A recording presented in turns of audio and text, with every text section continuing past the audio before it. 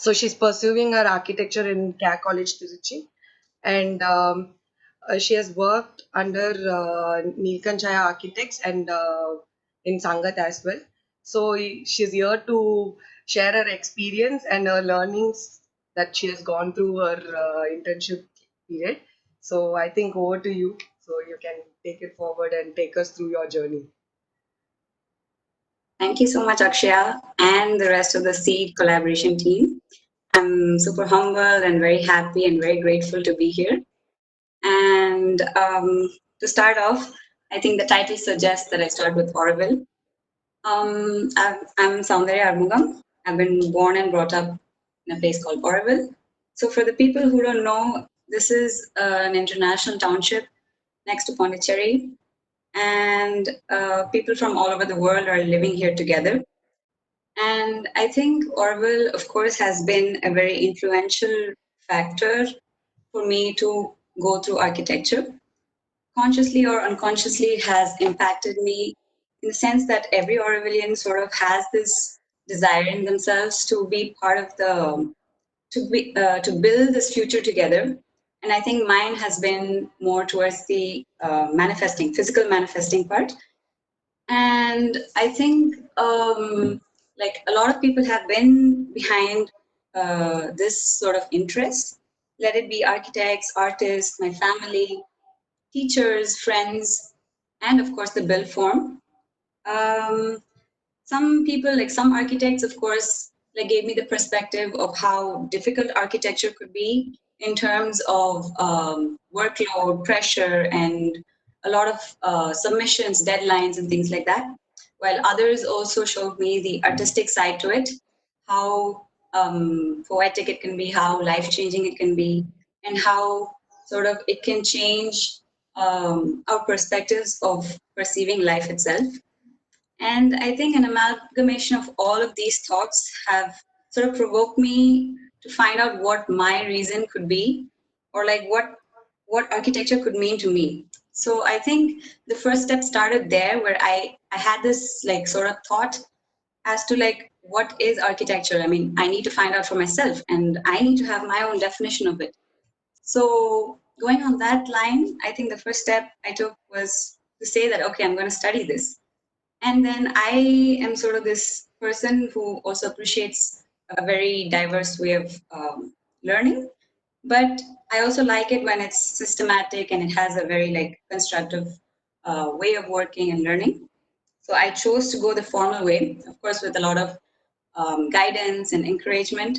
I chose to study in Trichy in Care School of Architecture, and this was the first step I took.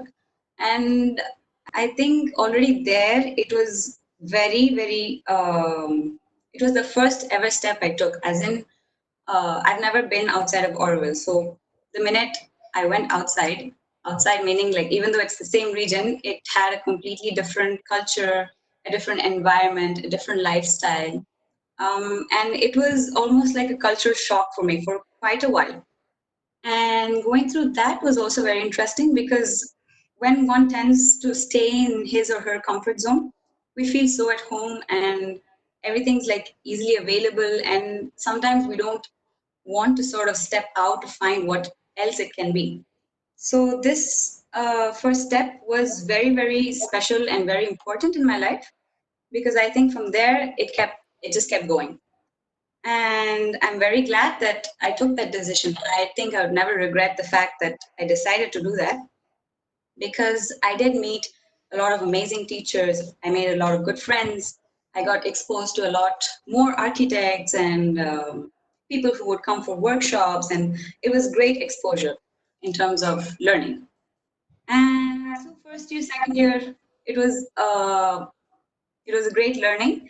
But I think one year that sort of changed me completely would be my third year, because of course in architecture the third year is very special because that's the time when we prepare for internship and we're sort of starting to prepare our portfolio and also start acquiring the skills that sort of prepare us mentally and skill set wise to face like office environment and actual like practical and reality. So this whole third year was almost like a battle, as in I was this person who would sort of appreciate what I did, but if I felt that something was lacking, then I would start feeling as if it's like sort of imbalance. And one thing that was sort of like not into my system was I'm not the person who really enjoyed doing things digitally. Of course, I knew how to, and it was easily learnable also. But the thing is, I enjoy doing things with my hand, and I think I've always been like that. So it felt as if sometimes I felt as if maybe it's not enough, or like I needed to do more. And it somehow like mentally also like sort of put me down for some time. But of course, there are some amazing teachers, and one such person who was very helpful at that time to me was Chhaya, who made me realize that it's really important to first acknowledge the skills you have and to enhance them and to value them, because most of the time we often like pressurize ourselves with the things that we don't have, and often like forget to like value what we have. So he, as a mentor, and almost he was almost like a friend. He came up to me and then he really encouraged me, and he was like, you know what, this is your strength, you have to focus on that. So I think that was a moment that really changed my mindset about architecture. I realized that it's fine. It doesn't have to have certain, how to say, limits. There are no barriers in terms of expressing things the way you want to.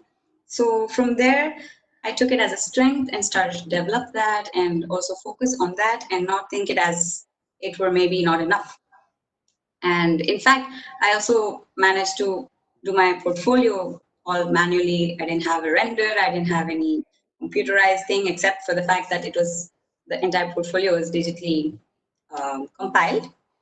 And after that, when the time was nearing, and then we had to go and choose for offices, for some reason it was Ahmedabad. It was always Ahmedabad. Like I try to think why, and till date, I don't think I can explain exactly why it's that place, but it has that sort of a calling, like as if I had something to find out there, and there was something that I'm going to learn there.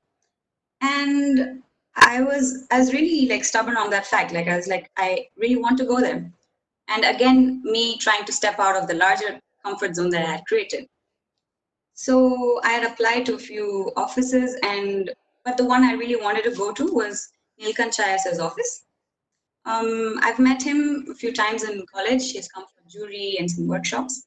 But there was this moment when he came and then he was reviewing my work, and I was explaining my project as like, so this is where I started, and then this is where I'm going towards. But like whatever I explained, the first initial step, I also knew inside that that was like probably the most strongest point, but somehow I tended to like deviate, and then it went away, and I kept on explaining it for something it wasn't.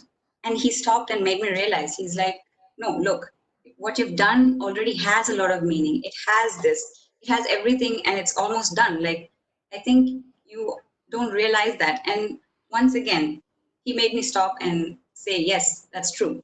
So I wanted to actually work with him and learn more. And actually, when I went to internship, unlike usual expectations of learning all the working drawings and maybe managing the site, things like that, I absolutely had no expectations. I just wanted to go, I wanted to learn, and I was open for anything. And I think because of that, I had a great experience. Uh, I went to Ahmedabad, and sooner it felt almost like I left home just to arrive home. And office environment was amazing also in terms of people sort of interacting with you, and the learning experience. And there was no such thing as hierarchy between interns and senior architect. Like if I had a question, I could go directly to Chhaya sir and ask him, sir, can we discuss this? And we'd have a session, and everyone would collaborate and everyone would contribute. And it was that kind of a dynamic that sort of helped each other. There was no person who knew less or no person who knew more. Whatever each other knew, we would share. And I learned a lot of stuff. Like, of course, it wasn't pressurizing work or anything, but I also learned things out of architecture.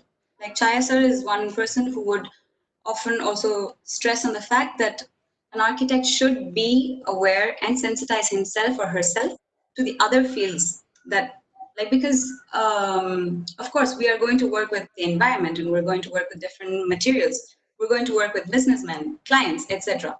And we have to know all the nuances of life to create such thing.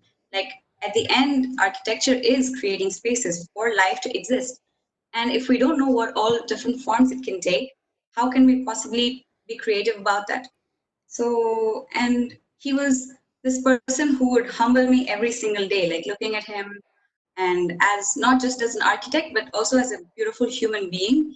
He had such modesty and such wisdom that wasn't like um, shown off, but very humble. And the way he would talk to you was also, he would tirelessly explain a single concept to me if I don't understand something. And there were many such experiences. Also, like how we have Sunday readings.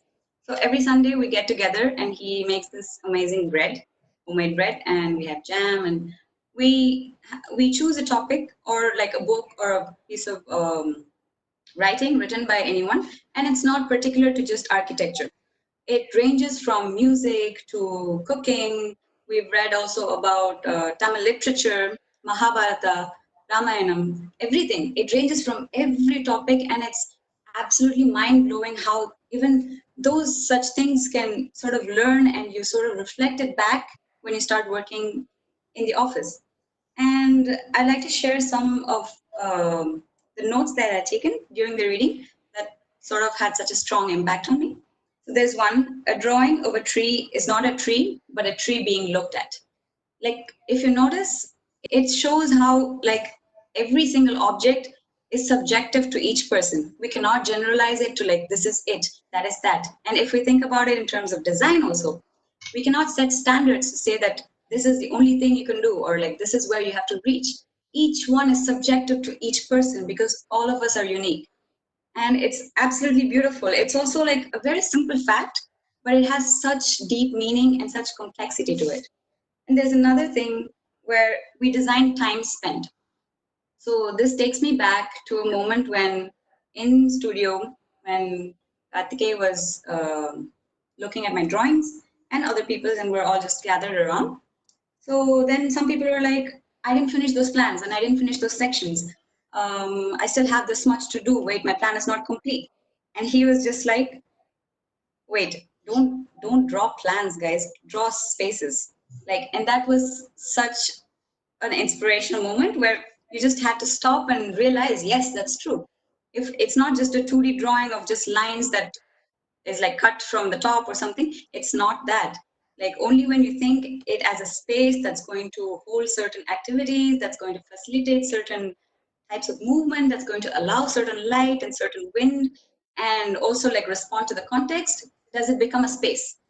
And so, like very similarly, this phrase of we design time spent, we as architects are responsible for the future that's going to happen in that particular place. We decide and we design that space for particular things to happen. So it's such a powerful sentence. And there's one more that's pretty crazy, but pretty beautiful also. Communicating with a toddler is beautiful. It's like explaining what color number four smells like. Like here, there's so many different senses put together. There's smell, there's the fact that it's a number, and then like color. So, like, there's so many different aspects put together, and you could never imagine such a thing. Like, what is that? But as a child, I think even if you ask a certain thing like this to them, they'll probably think about it. But we would just be like, that doesn't make sense. And like my internship experience also made me realize that you have to sort of return back and like unlearn certain things also, certain ideas that you hold on to, certain beliefs that sort of society maybe put together on you without you even realizing. And yes, we used to also talk about as I mentioned earlier, we used to talk about Mahabharata and Ramayana and like historical epics like that. And one amazing example of Sir explaining something was when we had a talk about, he was saying this thing of contextual response and reflective response. So there's two things. Contextual response meaning literally like, for example, if you're designing in a mountain, you would respond to the contours. If you're designing next to a lake, you would respond to the water, etc. And so that made sense. But then this reflective response was like sort of really disturbing me, and I didn't understand it for days. But of course, I didn't ask. But he saw that, and he asked me, I think 3 days later when we were on the way to site visit, and he's like, Soundarya, did you understand that? I said, actually, no, sir. And he explained it to me with a reference of a historical reference where Krishna and his friends are walking outside and playing, and they wander out, and eventually they reach this mountain, and they look up, and it's a huge mountain, but it looks like a snake. So here we have two forms like existing, coexisting. It's a mountain, but it looks like a snake. In reality, it is a snake that looks like a mountain. So it's two different things sort of juxtaposed like next to each other. And then as time goes, they play and then they continue and they go inside. And actually they're swallowed by this big snake. And Krishna fought and kept battling, and after 1 year, they managed to come out. It's been 1 year inside the cave, but the minute they come home, it hasn't even been the next second. So, talking about two different time zones, but existing at the same time. This was such a complex concept. Maybe I'm not making justice to the explanation that he gave, but this was a mind blowing moment when he explained it with an example that had been written as stories to us. So it's so important to like also sensitize ourselves and like we have to educate ourselves of our history of things that had happened here in India, because to be rooted, of course, we need to know these kind of things. And today, like, I'm not saying that I know everything, but of course we all as students need to know and sort of like contextualize ourselves. So these were some amazing memories in Chayasa's office. And one last thing about it is that I think the day before I was going to leave, we're all sitting together. It was me, Chayasar, and then a few more architects around, and we're talking about music and architecture. And one of the architects said, sir, like, riyaz is practice. It's a word for practice.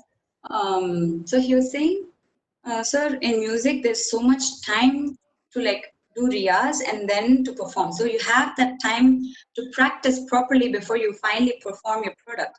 But in architecture, somehow there's that gap, and we just study 5 years and then we're straight into the field. There is no like time where we can actually practice. And what do you think about that? And he said, your Riyaz is living life. He's like, look at how we're sitting. Do you think this conversation would have happened if Soundarya sitting there, or you're sitting away, or this table was larger, or if there's more light coming in, or if, like, look at, he was explaining because I was actually tilted towards him, but I was also facing the rest of them. So he was saying how a certain person is moved towards and is responding to the other person also matters. And these kind of things are the things that we need to observe from daily life. And it made me realize that it's so true. We have to pay attention to the dimension, to the proportions, to the distances, to the light quality, and to that particular sort of moment. What kind of ambience was created and why it was created? What materials made the light seem what it was? And it is mind blowing when you start thinking, and it's endless. So, but it's true. It's very true, and that particular day and his words will always remain. And I think it hopefully should help you all too. And then, well, coming to the last part of the talk, after it was done, I wouldn't call it an internship experience, but more like I just found my extended family. Um, and even till date, we're all in touch, and I go to office sometimes, and it seems as if I never left. So soon I was back in Auroville, and the next minute I wanted to go back to Ahmedabad. So I was thinking, but this time I wanted to have completely contrasting experience. I wanted to pressurize myself with a lot of work. I wanted to have no time to do anything else. I wanted to really, really like work in a very busy office with lots of work and like lots of drawings and deadlines and all of that. And I also really wanted to meet Doshi sir. So in Chhaya sir's office, he would often talk about Doshi sir and his works, and would discuss his plans and all his concepts behind his work. And it was as if I saw Doshi sir, but like in Chhaya sir's perspective, and I wanted to know for myself. Like I really wanted to know. And so I was like, I knew exactly what the scenario was going to be in office, and but I wanted to experience it for myself. So I made it a point and I worked for it. I did certain documents that were required and then sent it. And thankfully, I was accepted.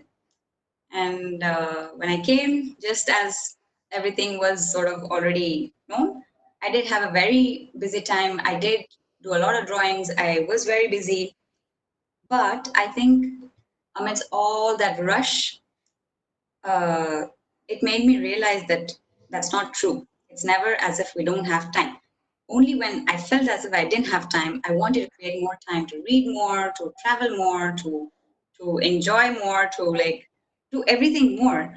And we often think that in architecture we say that we don't have time this, time for that, submission, this and that, but that's not true most of the time. It's just a sort of another stereotype that's given, and then it's sort of like, yes, we have to be like that, and we don't. And I don't agree, because I don't think that was what happened. And also, it took quite a long time before I finally met Doshi sir in person. But even before that, Sangat as a place, as a space, taught me so much every single day. Like I still remember the first day when I was walking around the streets and finally entered and then went inside, sat on the lawn for a minute, and then went finally inside and everything. And till today, I think till the last day I was there, I still saw it as if it was for the first time. And that's how much it has. That's how much we often miss out to see. And it was such a beautiful experience, because I'm sure even if I go now, there's so much to learn from the place itself. And to pay attention to all the small details and so much thought that has been put into it, all the handrails from all the door handles, and like the way certain proportions are made and certain dimensioning is made, and why, and every single thing has a purpose and has a meaning. Nothing is just out of accident, nothing is like that. So there was so much to learn. And like I did meet Doshi sir. The first time he actually talked to us was when he received the Padma Vibhushan Award.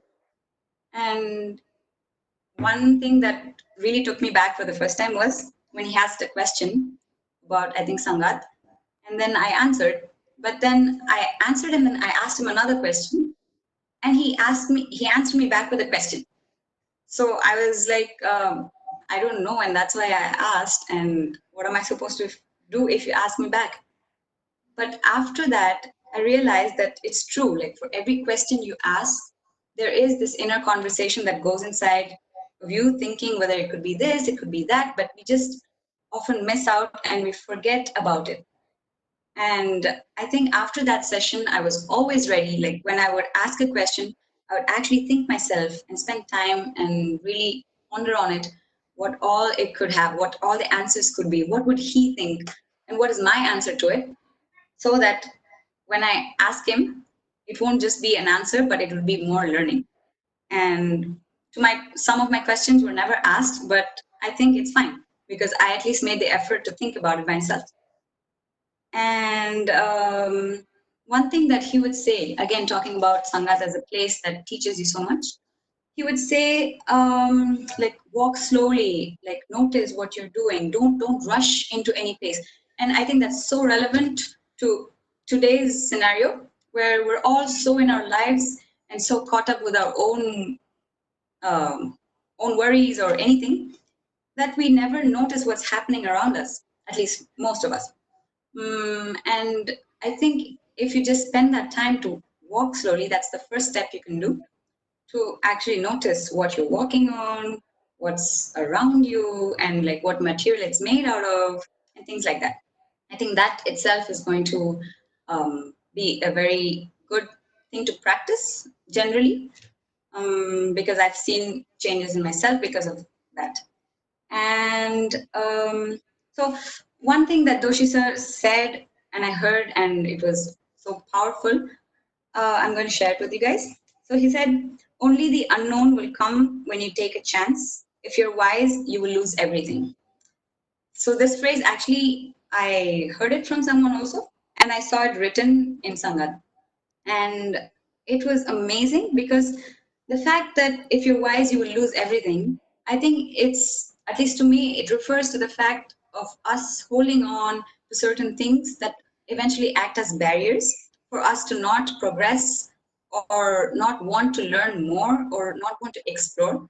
And when you let go of certain things like that, I think it allows you and it gives more flexibility to learn differently and more. And I think he often says also, like, keep exploring, never. You should see him. He's 93 years old and he's so active and he still wants to learn so much. There was this time when we were, all of us interns got together and we said, okay, let's meet him, let's present some work, and let's see what, if maybe it interests him.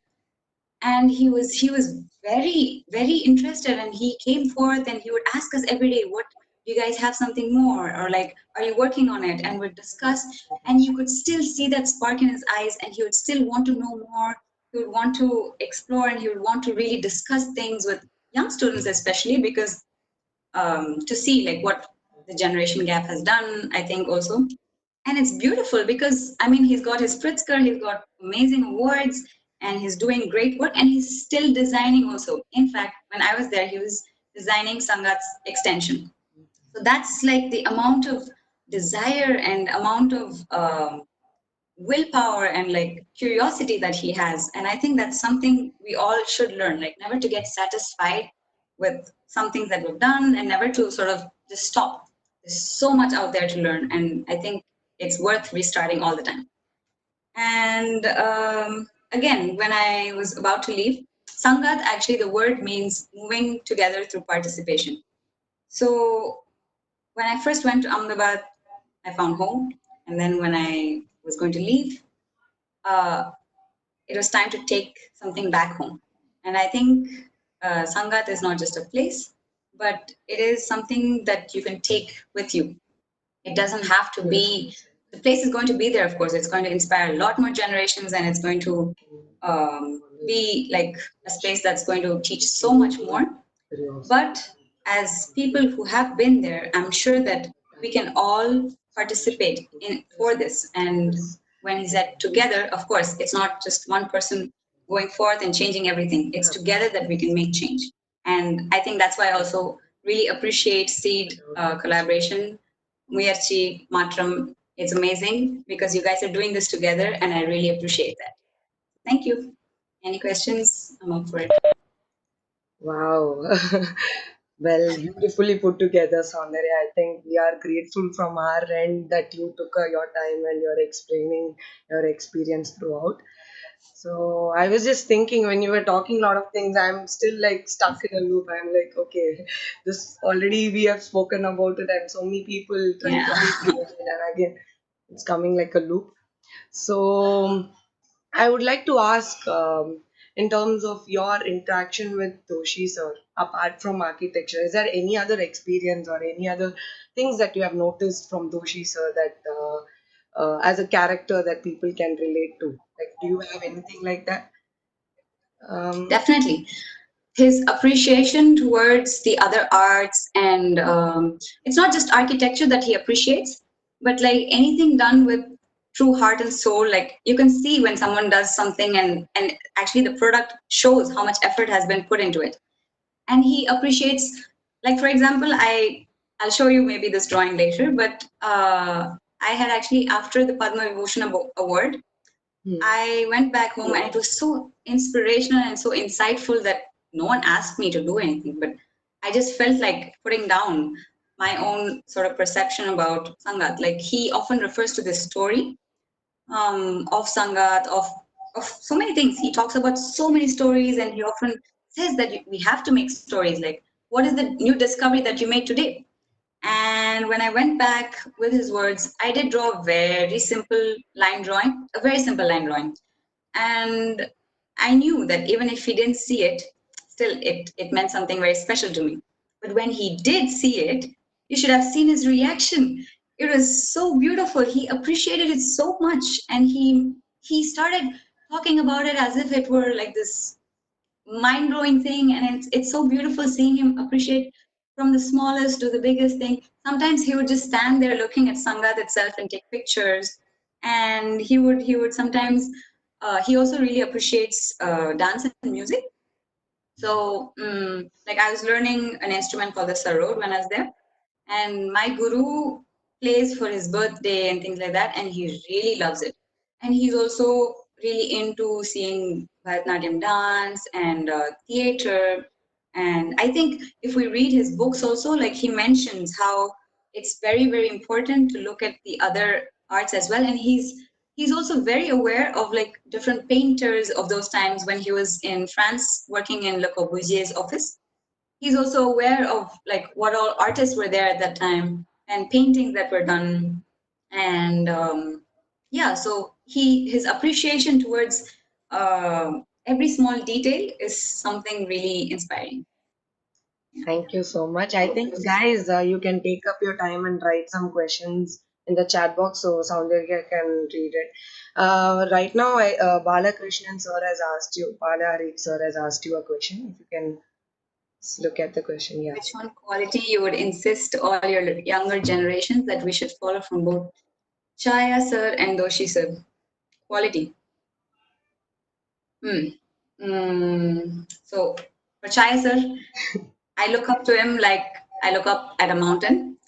And I've heard this from other people also. Like when I've been on treks and then, you see this monumental mountain that's created by nature, you feel humbled and you realize how much like it's not about you. And I'm going to also quote Kobe Bryant right now. He often says like it's not about you, like you have to get over yourself. We're not the most powerful creatures in the world. It's not all about us. And that also refers to the fact that we have to integrate with nature and all the other beings out there. It's not just human beings and we're not ruling the world.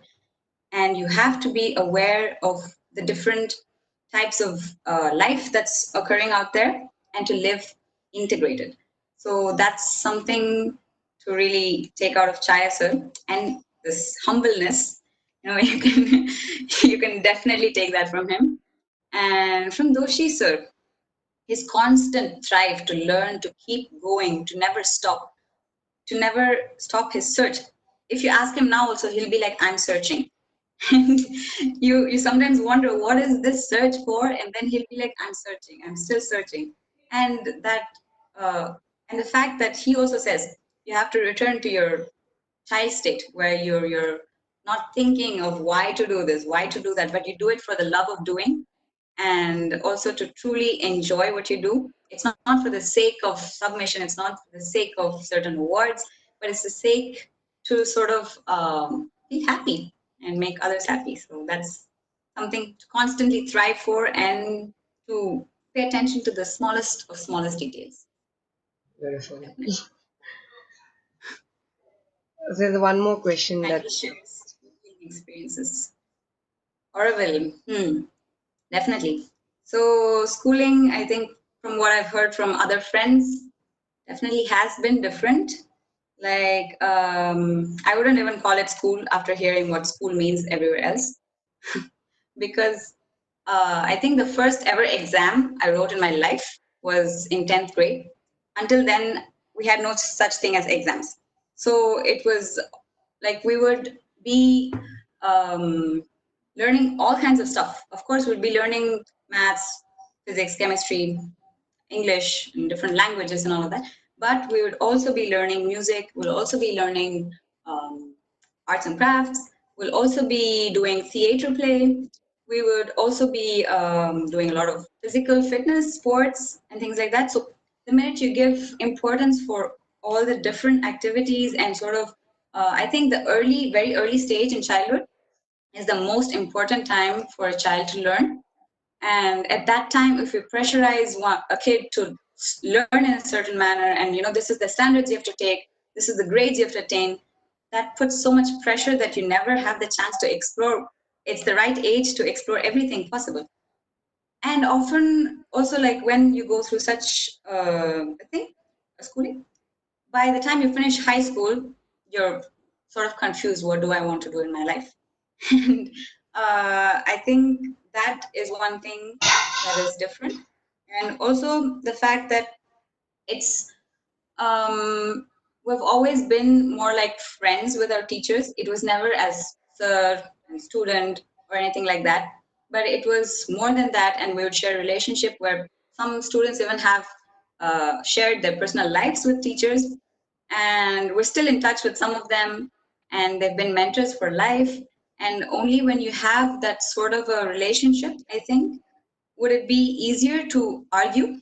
Like I remember we would debate, we would argue, we would say, no, this is not right to the teachers. And only when a child has that freedom to say, this is how I want to learn, or this is how it may be better, can also like society and adults understand that, okay, these are certain changes we have to make in the education system. And yeah, so I've always been in Auroville since my childhood. I studied in Auroville till 8th grade, and then I moved to a future school, which is a high school in Auroville. And there I did have exams, but again, I chose the subjects I wanted, and I chose when I wanted them. I can choose also like which teacher maybe could better help me go through that process. And I'm very grateful to have had that, because I wouldn't call any part of my or phase of my schooling as a pressurizing moment. Of course, it did have a lot of pressure during exams, but otherwise, it gave me the time and opportunity to also focus on my other hobbies or interests. Like I think during my 10th grade, I had the chance also to perform. I did a huge solo performance by myself, and during that time. So I don't think that is possible when you have so much pressure and load on you. And that's how schooling was. Auroville is still shaping me. I wouldn't say it has done its job, no way. Every single day there's something to learn, and there are so many different people. Of course, it's a small community right now, so I do know a lot of people, but I'm sure there's so much more to learn from people and from the things they do, and also the fact that people keep exploring and it's not like it's done. So there is a lot of opportunity to keep looking for what's happening and learning. Yeah, hope that answers your question. I think before the question that you're gonna see, I would like to mention it here. During her internship period, Soundarya was the one who kept us all active in terms of music and dance, because when she was interning in Chhaya sir's office, she was also going for dance classes simultaneously at Sarabai's madam. Yeah. So she has always kept her other activities going along with whatever she's doing. So there's a good quality about her. So yeah, you can just go with the next question. I just wanted to figure it out. Yeah. I think that is Ahmedabad for some reason, because it's been 5 years since I was in proper touch with dance, and only when I went to Ahmedabad again did I suddenly have that feeling of like I should get back, and it happened. So yeah. Okay, And there's one how more. did your other interests, talents such as music, help you in architecture? Great question. Rishi, hi. So definitely it does, because actually I didn't realize it until my internship period, and because I also had this teacher in Ahmedabad who's teaching me an instrument called the sarod, and he's an architect also. So, and this was Hindustani music that I was learning. So I am a Carnatic singer, but then Hindustani music is a little different. So when I was learning, he would often explain certain things in relationship with architecture. So when he talks about form or structure, he would say that, these are the swaras in music, but then he would also explain in terms of structure in building. and that helped me visualize, and I could be like, yes, that's so true. And I think that has reflected and sort of gotten into my system, where like you have certain structure and certain certain a system in music, where even from learning, if you remember, there is certain basics that we stick onto, and certain raga system and tala system, and that is your base with which you then create a raga, and then to show the essence of the raga, then you sing an alapana, and then later to have some mathematical sort of structure, then you have a kalpana swaram. And so these kind of things, if you look in terms of spaces, of course that also exists, because you have a certain structure. And if you notice, it might have a certain language that sort of retains or is sort of differing, but you can relate it with music where it has a certain base, and then it sort of improvises sometimes, and then a certain element then sort of develops into something else.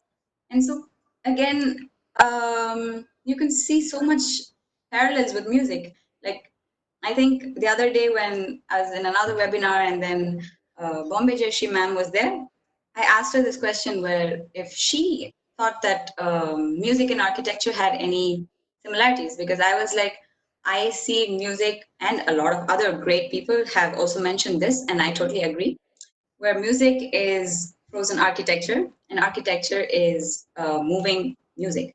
So, sorry, architecture is frozen music and music is moving architecture.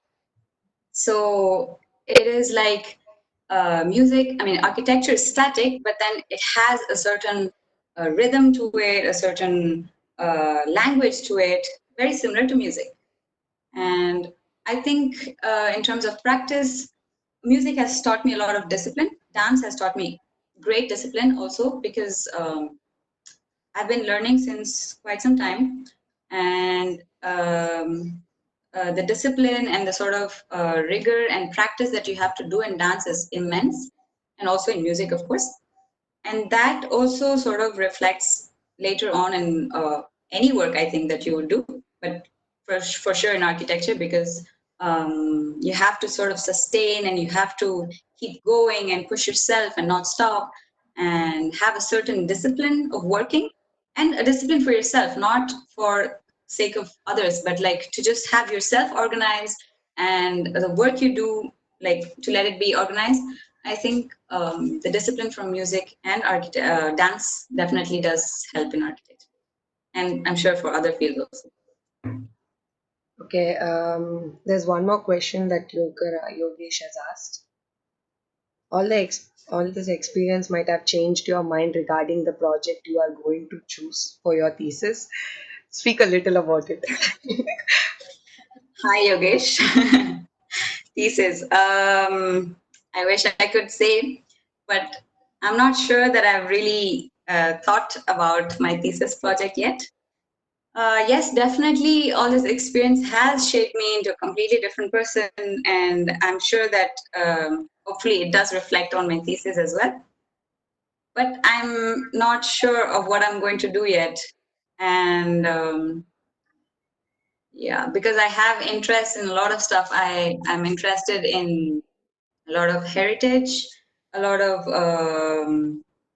historical monuments, a lot of vernacular architecture. But I'm also starting to look at architecture in its like very, how to say, if you look at it from a very basic point of view, how sort of it, don't even know how to put it, but like how it evolves, and like what it means, and your experience in it, and things like that. So I'm not sure how to sort of consolidate that into a thesis topic yet, but the thought should start coming, and I'll definitely let you know once I decide. Okay, there's a couple of questions that they have sent before. How do you adopt yourself to two contrasting ways of architecture practicing with Chhaya sir and Doshi sir? Sorry, can you repeat? Yeah, how do you adopt yourself to two contrasting way of architecture practiced by Chhaya sir and Doshi sir? Yes, from my, like the way I explained it, it might have sounded very contrasting. But if you look at the architects themselves, they have such, you can draw so many parallels from the way they work. Just seeing Chhaya sir and just seeing Doshi sir, the way they work and their work ethics and their perceptions of life are very similar. Both of them are like so aware of the context that they build in, aware of what they're responding to and who they're responding to, and sort of being very, very rooted in what they do and very focused also, and also not trying to get something out there that's not what the land asks for example. It would be more like, for example, Chhaya sir's Alua house is weekend house. So the way that it evolved was so beautiful. Like it started out as one thing and then grew into another, and then it keeps evolving. And this is truly organic architecture. And if you see Sangat's, very similarly, that too has similar growth over time. Like how it started, and then there's an extension to it. But the extension doesn't. I mean, of course, you see differences, but then I think it draws parallels with nature being organically growing, and it doesn't have a very linear method or like linear way to grow, and it actually just grows naturally. It's almost as if the space is living. These certain things are very similar in both of them. It's just the practice is very different. Right now, as offices, if you see, of course, it's very different. And it's not as if I didn't know that I was going there and then I had to adapt myself. I wanted to go. So, Chaisa's office was my decision. I personally wanted to go, and I'm very happy they accepted. And similarly, I wanted to experience what it was like to have exact, like a different experience, also, like a very contrasting one. It was my decision. So I was mentally prepared for it. And whether I would like it or not, I just wanted to know what it felt like, because again, it's similar to me saying that I want to step out of my comfort zone to know what it's like to be home. So similarly, to know the opposite and to realize what you want, when you do certain things like that, and it, like that thought sort of something that scares you a little is also really exciting, and it's going to teach you something. So I think I was ready for it, and I just wanted to know for that happen. Let's explain the question. And the next question is, as an Aurovillian, can you hear me, Soundarya? As Yeah. an Aurovillian, how do you see the outside chaotic world, and what do you think is needed for the change for a better built environment? Should I repeat the question? Hmm. Yeah, no, I understood. Yeah. Um, Like, like right now, what sort of things that you're going through, or maybe with that you can answer. yes, things that can be changed. I'm not sure I can answer that completely, but I would definitely start off with us as a human race to just make certain decisions as to, are we really living the way we need to, because there are wants and there are needs and there are basic necessities. And I think a lot of us today do get overwhelmed and do get excited about life being this and that, and but we have to make our choices in a very conscious manner. Every choice made is going to affect or going to create a change. So I think everyone can just start off there, being aware of what you consume, being aware of what you wear, being aware of what you eat, being aware of what you do and how it would affect other people or the land and things like that. And to also be compassionate. Like we're losing humanity, and there's so much of war, so much of hatred things in the world happening. And I think the minute we understand that ultimately we're all living together as one, like Sangat, moving together through participation, I think everyone has something they can do. And I think it can, like a very big factor that would change things around is education. Because when a child is educated in the right manner from the very start, it can go places. Like it's very difficult educating someone who has already acquired certain amount of knowledge in a certain manner, and then it's sort of difficult to erase that mindset. But when you educate a child from the beginning as to these are things you have to be aware of, these are things that you may want to do, and not put yourself in pressure later. When we do that, I think there'll be a lot more changes seen, a lot less waste, a lot less pollution, probably, a lot more aware people. I think that's where it could start, maybe. Okay, nice. There's one more question that I posted in the thing. It's quite a big thing. Can you read it? Yeah, One sure. of the junior has So, what are the groundworks other than making a portfolio that a student who is going to apply for the intern needs to do so that she can get into a good firm? Like categorizing the firms based on the interest, the design practice of firms, location of the firms, etc., etc., etc. If you could tell us in detail, it would help current third year students a lot. Okay, so. Portfolio is, of course, the main criteria, because that's not what I'm saying, is what the firms out there have decided to sort of assess your work that you've done from the beginning. But the way the portfolio is made and the things that you put in it is completely of your choice.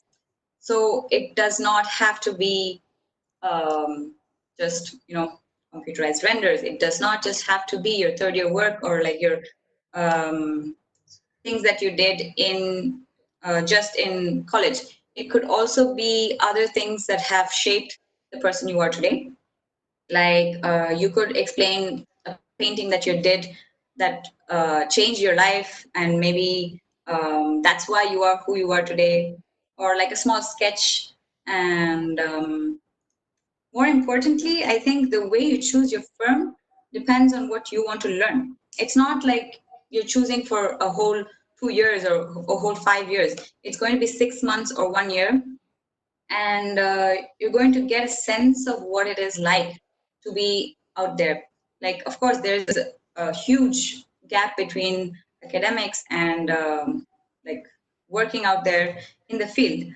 But it really depends on what you want to do, and the place will definitely change you. If you want to have like a wholesome experience where you're not only focusing on office work but also things that you want to do outside, like I will always insist people to travel a lot, because that's going to teach you so much more just about life. And when you see how different people live and how different people travel, how things grow differently out there and not here, when you see those kind of things, it unconsciously brings change about. So it definitely depends. And I would say wherever you are, step out and go outside. Like it's always nice to get some exposure of something that you've never seen. Like the first time I went to Ahmedabad, I didn't know Hindi. I still don't know much Hindi. And I didn't know the people. I was never outside Auroville for so long, apart from Trichy, which is just 4 hours away from home. And but that excitement and like exploring should be out there. So I would definitely recommend that you guys do try somewhere outside, and maybe it may not be that you'll get, and each one sort of in your class is going to learn something else.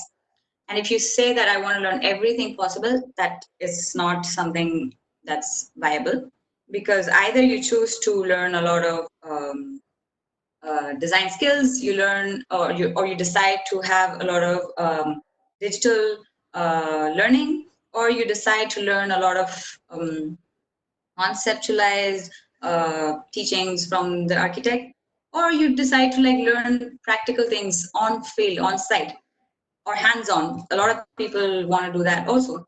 So you sort of have to decide first what you want to learn in that 6 months or 1 year. And it's not the end of the world. Like if you do something now, it's fine. You still have time. The fact that time has been so pressurizing also on people, saying that, by third year you should know this, fourth year you should do this, fifth year you should be able to do that, and after that you're supposed to build. That is not possible. If you're aware of that fact and you get over it, then you see time as like a loop, and you have a lot of time to explore a lot of things. And something you learn, maybe someone else might not. And at the end of the day, you can all collaborate and like teach each other. So it should be from you, like what you want to do. um, Example, Sangat, like what they asked was first step is portfolio, but after that they ask for something called the screening document, where they ask about something or someone that inspired you. They ask about like how to say, to explain one project of yours in a sort of more descriptive manner. And then there are things also like what places or what spaces have inspired you and things like that. So I think every firm should have its own set of requirements. Some have interviews and some have portfolio, but that shouldn't matter. It's you showcasing yourself. Your portfolio is supposed to represent yourself. Even though, like now, if I look at my portfolio, definitely there's a lot of changes I can do. But at that moment when you're exhibiting something, make sure that you're honest about everything that you put out there, and it doesn't have to meet the criteria of usual portfolios. It doesn't have to be that way. You can be innovative about it. The other day, I think Hamza was also mentioning like how submissions do not have to be plans and sections and drawings, but it could also be a collage or a film that you created, something that will show who you are. And that's technically what portfolio is supposed to do. But if you think something else should be added on, I'm sure that the firm should be accepting it. And you should do some, like for example, Chhaya sir's office didn't have the projects up on the website. So, but there are books that he wrote if you want to know about him. So there are always options. Like if you want to know about someone or a practice that they do, you can also just go in person and then talk to them. And I'm sure that any architect should allow someone to like have a discussion about their practice. And if they allow, that's great. If they don't, then you'll have to decide. But yeah, travel a lot. And for that, I think the place you choose should be some important thing. But wherever you go, I'm sure there's always something to learn. That's also something to keep in mind. You don't have to always be like, I'll only go to this place or I'll only go to this place. It is great to have motivation and certain dedication and a certain goal that you want to reach. But if not, then you should have other options and you should be open to learning. It doesn't have to be just one thing. Yeah. Okay. Hope that answers your question. We can go with the next one. Yeah. Oh, Being in I see the same Auroville. question. No, no. Okay. Being in Auroville in your thought process in Hmm. short. Yeah, you can go with that. Being an Orwellian, your thought processes is shaped towards a particular way of architecture. Has it ever been a hindrance towards your understanding of the other styles of architecture? No, because oh, definitely not. I wouldn't say that there's a style of Auroville that's being done or like Auroville architecture. No, I don't think that exists because there are a lot of different people, as I mentioned earlier in the talk. There are a lot of different people who have a lot of different practices in Auroville itself, and we cannot generalize it into just one way. Apart from the fact that maybe they do explore on sustainable methods of working and they do have some innovation on materials that they use. But no, I've always been open to learning different types. And this is something that one of my professor had said in college, to not categorize anything like as a style. So and no, and I think it's also very important for students to be open, because only when you're aware of all that's being done and like the different ways of building and constructing and designing, will you know what you want to do, or like which direction you want to like sort of go into, or like which you'd like to study more. Because if you only know one, then you're going to say that this is the only possible way, when architecture has infinite ways, and it provides so much more exploration that's to be done also in the future.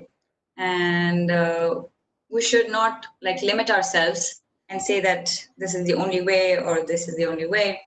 And I think the examples that I've looked at from Auroville are mostly unconsciously there. Like, I don't remember thinking about like, what is Matra Mandir, or like how does solar kitchen work?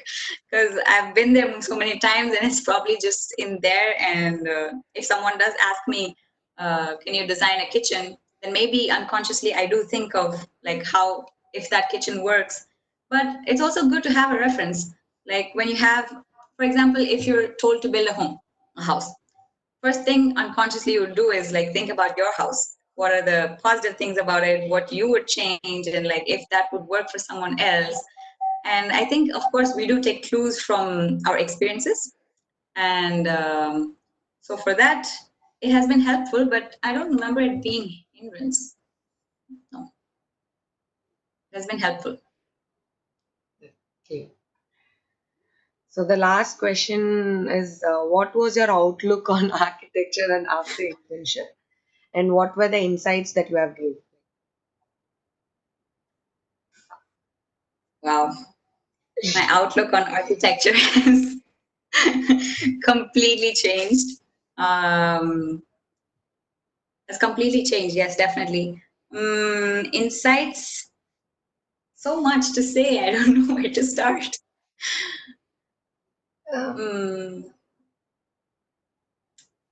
Mm, Maybe something or some example that you feel, okay, I had this sort of point of view before doing my internship, or maybe after that. I think, see, these yeah, questions are for sure. coming from first year, second years, third years. So Yes, I understand.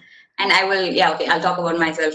Like, I remember myself in first year, second year, probably even third, as saying that when I design something, when I draw something, it's mine. I'd have that sense that I did this, I created this, and it's my idea.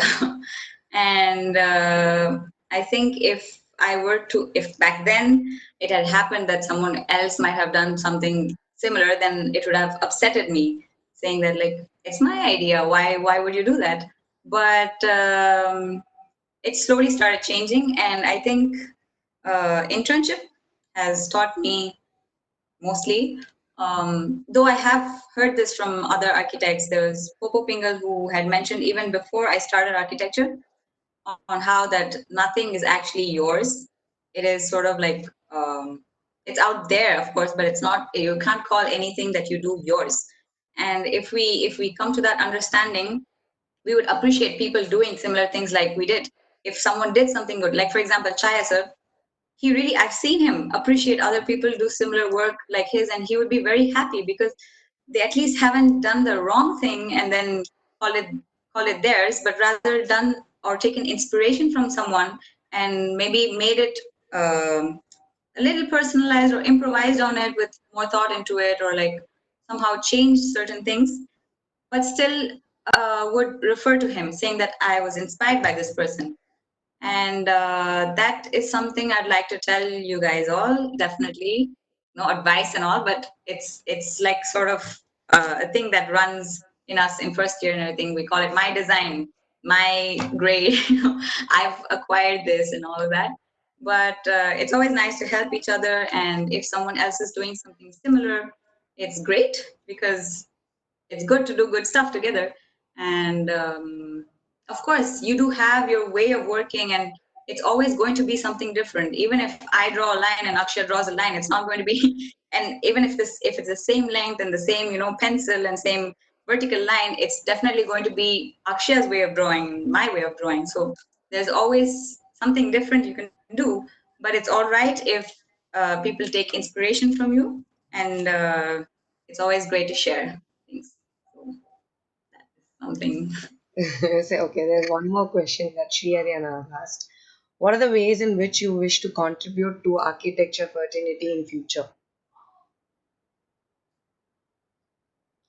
Do you have are the any ways in ideas like which that? I know. Akshay and I often actually talk about this. What are we going to do after architecture? What are we going to do after fifth year? And there's so much to do, not just in the field of architecture, but as you can see, there are so many crises happening. Chennai floods, Kerala floods, all of that.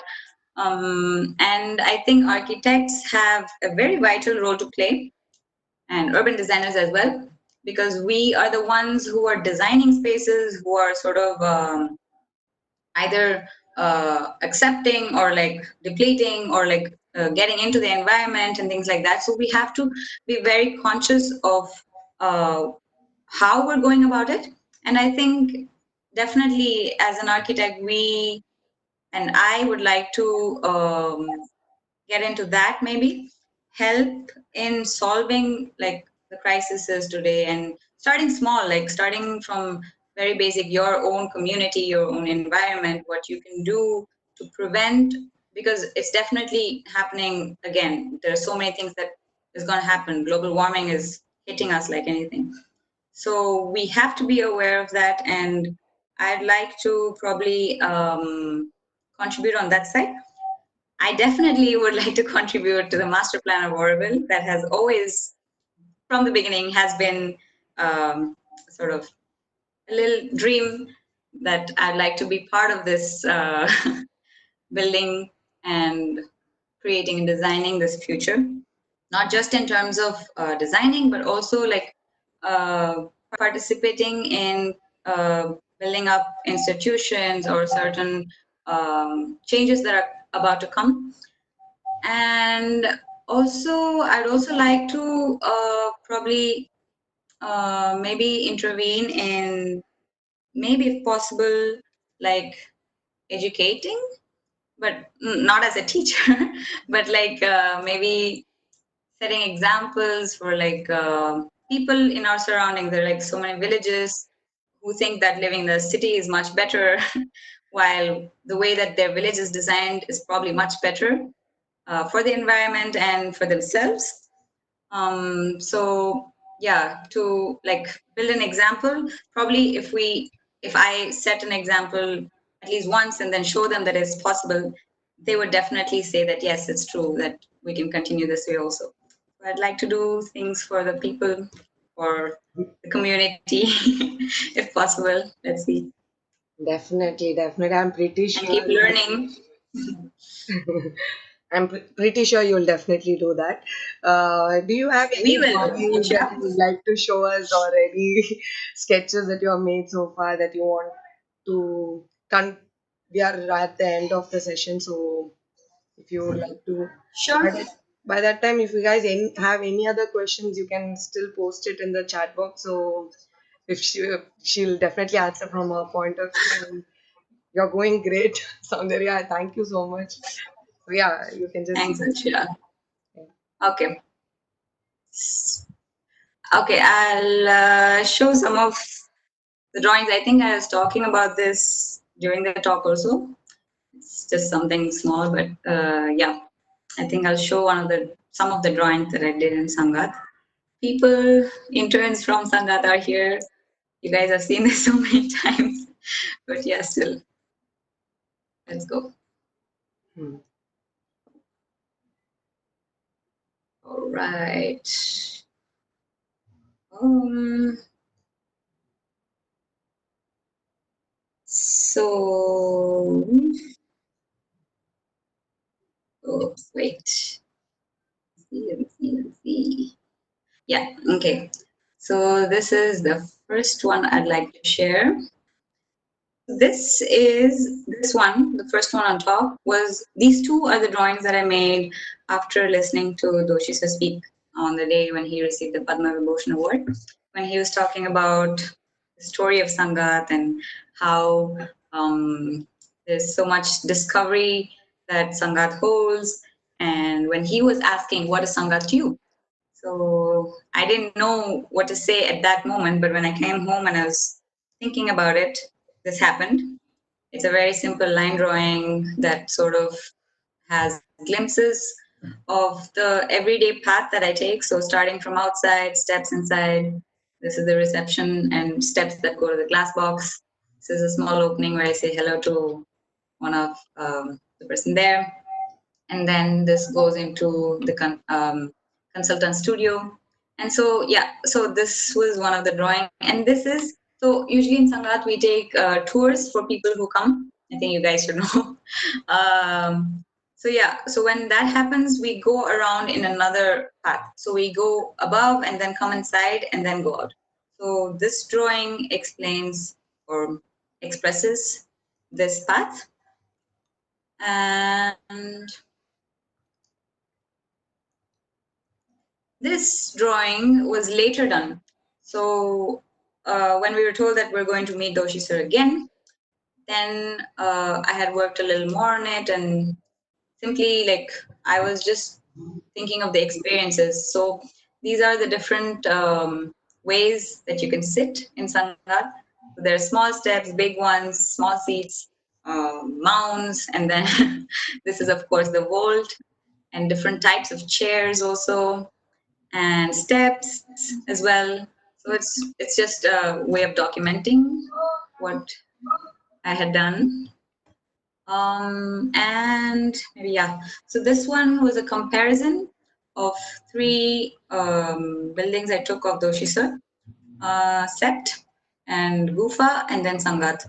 So it has a section and a plan, and it was just to explore or to understand better and study also all the different activities that happen in a particular place because of the built form, and how the ground and landscape sort of contribute or integrate with the built form.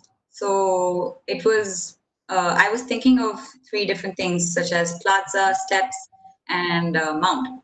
And these are three prominent features that you see in almost all of those uses, or at least these three, if I can remember, of. So, except of course, we have the mound that hosts so many different activities, and then slowly you start seeing the brick pavement, and then you come under the building, and then there are steps. So you can see the change in activity and the change of mood, and what all happens because of that.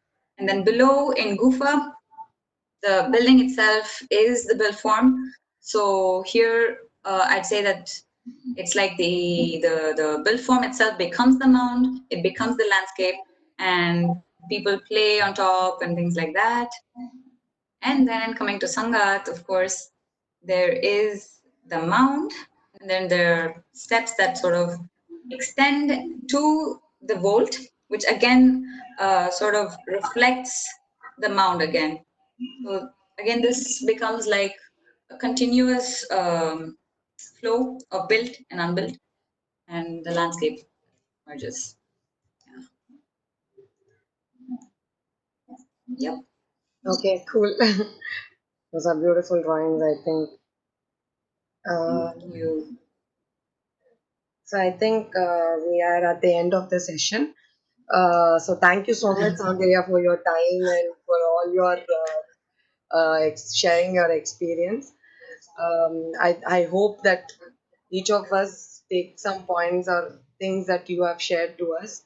And she's still a student. If you guys have want to discuss with her, I'm pretty sure she'll be very happy to do it with you guys. So do follow her Definitely. on her Instagram so you can ask her any questions if you want. So thanks for your time and Thank you thank you so guys. much, Akshita, everyone. Yeah, thank you everyone for staying patiently and being part of the conversation. So yeah, we'll end the session now. Yes, thank Thank you you so so much. much. Thank you. Yeah, Thank you. bye. Bye.